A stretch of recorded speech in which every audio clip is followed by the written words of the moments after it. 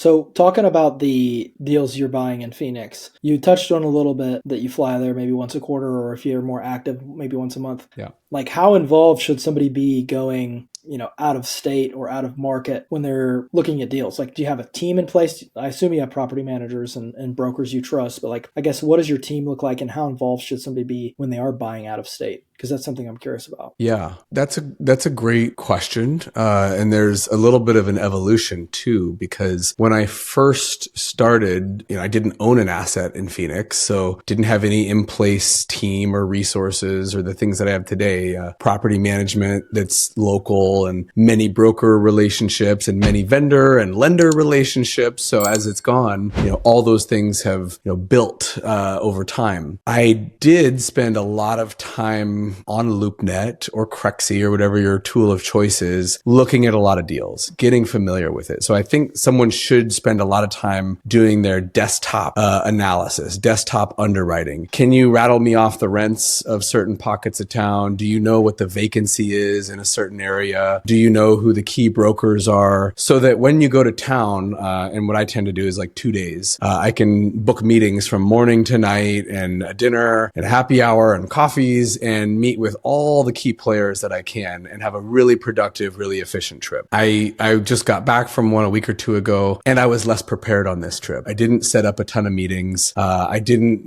meet with a lot of the folks that I do just because I did it kind of last minute to go check on 3 construction projects. And I felt unprepared to go look at deals. So you can drive around and, kind of get acquainted with an area and like do the driving for dollars. But I would much rather have picked out 10 deals I was excited about that I had talked to the broker on, ideally that I've submitted a letter of intent on and had some sort of traction going here. Now, maybe they countered me. Maybe they told me there was no interest. Maybe they told me they'd feel more comfortable if I had, already toured the property before offering. Well, now I know I've got something that's going somewhere versus the much lower likelihood of deals progressing down the pipeline. So I want to do, let's just put it this way. I can cover a lot more ground digitally, versus probably pounding the pavement. And, when I'm away from the family and I've just got, 2 key days on the ground, I want to have it really organized and really well put together. And, that's just my personal preference now. But if you're not worried about getting back to the kids or being away from the family and you can spend a week there and just really get a feel for the town better, great, do that. And so I've taken a lot of trips to Phoenix over the years and I've gotten a lot more familiar with some of the pockets I like and some that I don't. And, some of the little nuances. And you probably know that in your hometown, in your backyard. And so you'd want to get to know that in any market that you're going to make investments in, especially if you're going to do multiple like I ended up doing. And what's funny is today, I feel like I know the Phoenix commercial real estate,